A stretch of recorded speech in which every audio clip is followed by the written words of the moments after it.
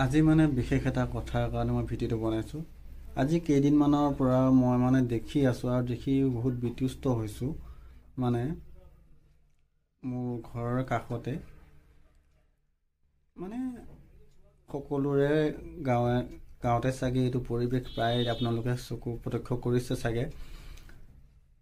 মানে মাটি চাটি অলপ এগাড়ী দুগাড়ীমান মাটি ট্ৰেক্টৰেদি পেলাই মেলি আপোনাৰ মানুহ প্ৰায় 100-150 মানুহ আহে আৰু অকণমান সময় প্ৰায় 5-10 মিনিটমান সময় কোৰ্চো লৈ পেলাই মানে অকণ মিলোৱা মিলি কৰা দেখাই মেলি ফটো উঠে আৰু মানুহখিনি গুচি যায়। এয়া হৈছে জব কাৰ্ডৰ কাম। মানে কাক বুৰ্বক সজাই আছে মানুহখিনিয়ে কিবা বুজি পাইছেনে নাই মানে একো ধৰিব পৰা নাই। মোৰ কিন্তু দেখি মানে বহুত খং উঠা হৈছে এইবিলাক মানে বস্তু।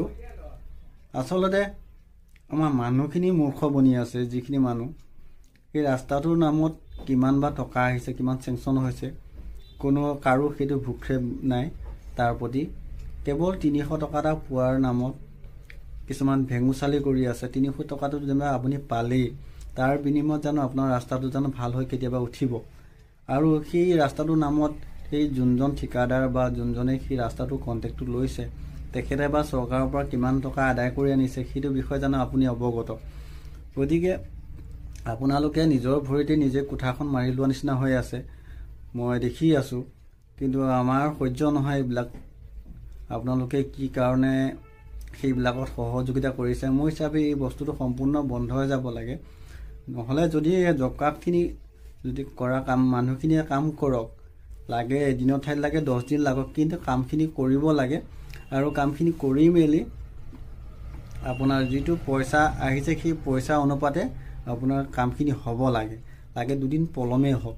কিন্তু এনেকৈ ফটো উঠাই আপোনাৰ সময় নষ্ট কৰি পইচাবিলাক কাৰোবাৰ পকেটত সোমাব, তাৰ বাহিৰেতো আমাৰ ৰাইজৰ একো উপকাৰ নহয়।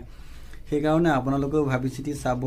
আৰু আপোনালোকেও গাঁৱে ভূঞে যদি এনেকুৱা দৃশ্য প্ৰত্যক্ষ কৰিছে আপোনালোকে প্লিজ গোটেই ৰাইজখিনি সচেতন হওক।